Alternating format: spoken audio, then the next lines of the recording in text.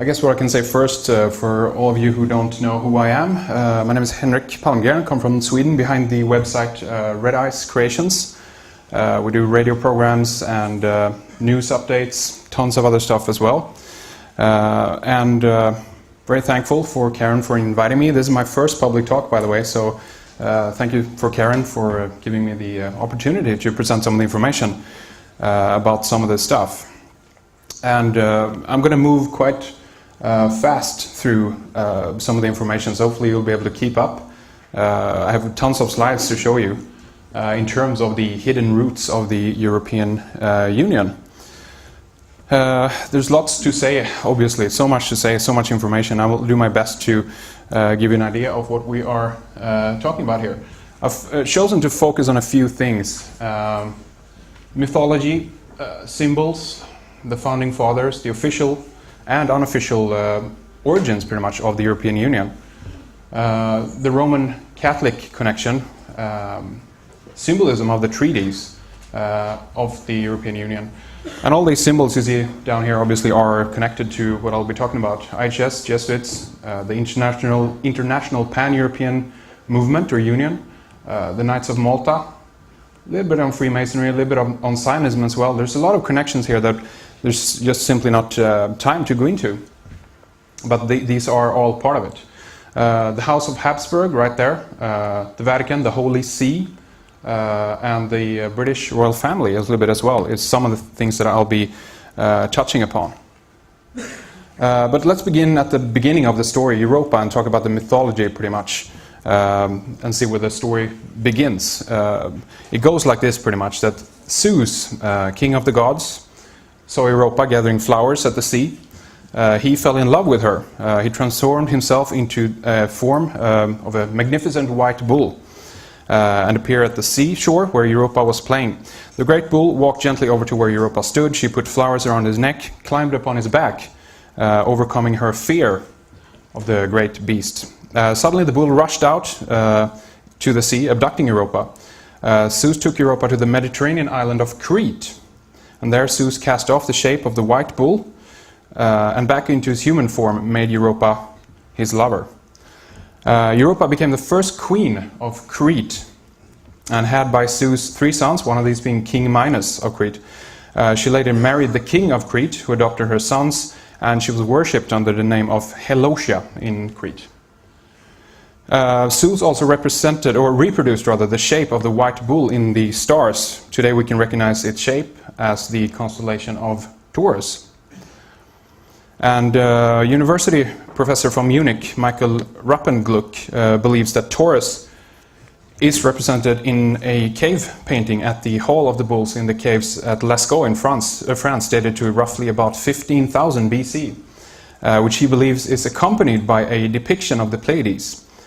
Taurus marked this point of the vernal equinox in the early Bronze Age. This is the age of Taurus we're talking about here. The Pleiades were closest to the sun at the vernal equinox around the 23rd century BC.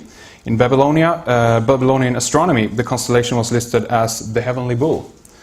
In Greek mythology, Taurus was identified with Zeus, as we just mentioned, and the myth informs names of the constellation since it's necessary to traverse the area of the sky known as the sea, or the heavens, to reach it. Keep that in mind as well. And this is when passing through the zodiac. It forms the origin of the myth of the Cretan bull, and one of the 12 laborers of Heracles or Hercules. So let's just look quickly here at what we are looking at. She came from the ancient world, this Phoenician princess. She travels willingly, or just she's abducted, as it were, by Zeus from Tyre in Lebanon. This is the modern name that we have for it now. Over to Crete, the bottom of Europa, pretty much. This might be symbolic in one reference as well of the age of Taurus transitioning over to the age of Aries. Keep that in mind as well, we'll touch upon that later.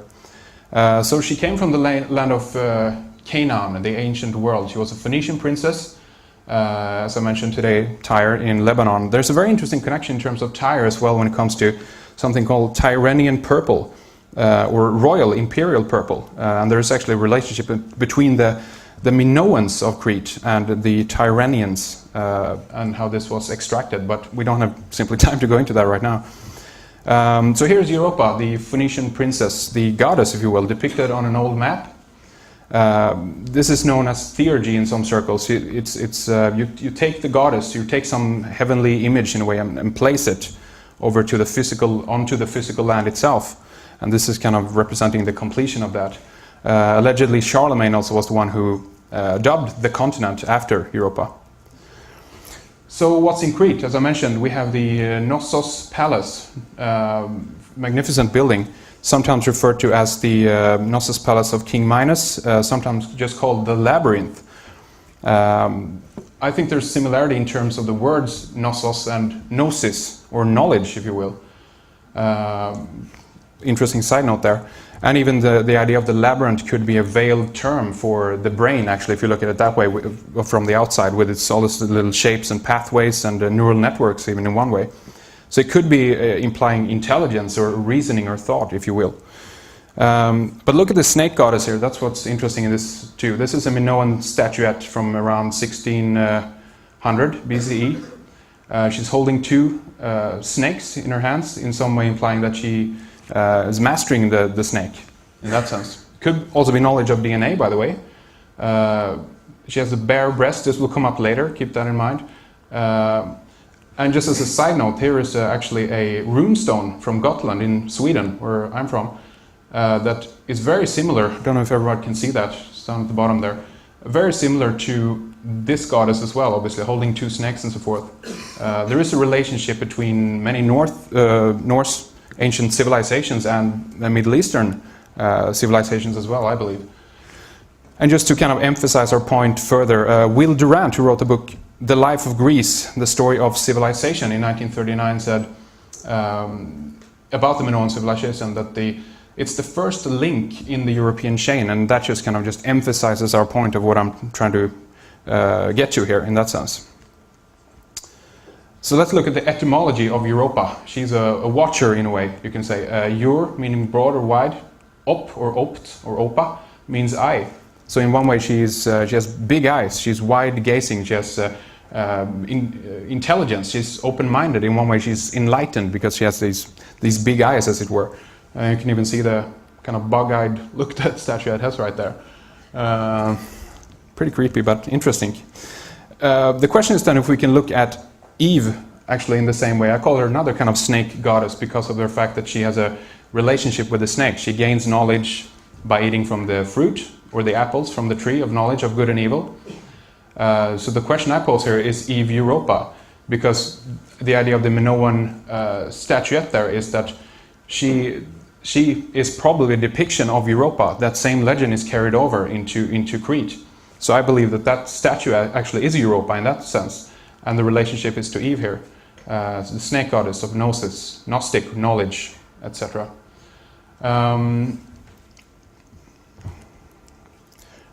The apples of enlightenment comes up in Norse mythology as well. The story of Idun or Idun. She is the guardian, if you will, of the apples or the fruit of knowledge. She was a wife of Bragi or Bragi, a wise deity related to the moon. So who is Europa anyway, if we ask that question? Protestant minister Alexander Hislop writes in The Two Babylons, 1853, that Semiramis was an actual person in ancient Mesopotamia who invented polytheism and with it goddess worship. I personally don't believe that that's the case. I think goddess worship probably was around before the worship of a god. Before that probably it was animal worship, like the bull, the snakes as we saw, the bear or something. But anyway, let's leave that for now. Just continue and see what he has to say here. Hislop believed that Semiramis was a consort of Nimrod, builder of the Bible's Tower of Babel. Keep that in mind as that come up later as well. He maintained that all divine pairings in world myths and religions depicted in art, like Isis, Osiris, Aphrodite, Cupid, Asherah, Orion, Mary, Jesus, and others, are retelling of that same tale in one way of Semiramis and Tammuz.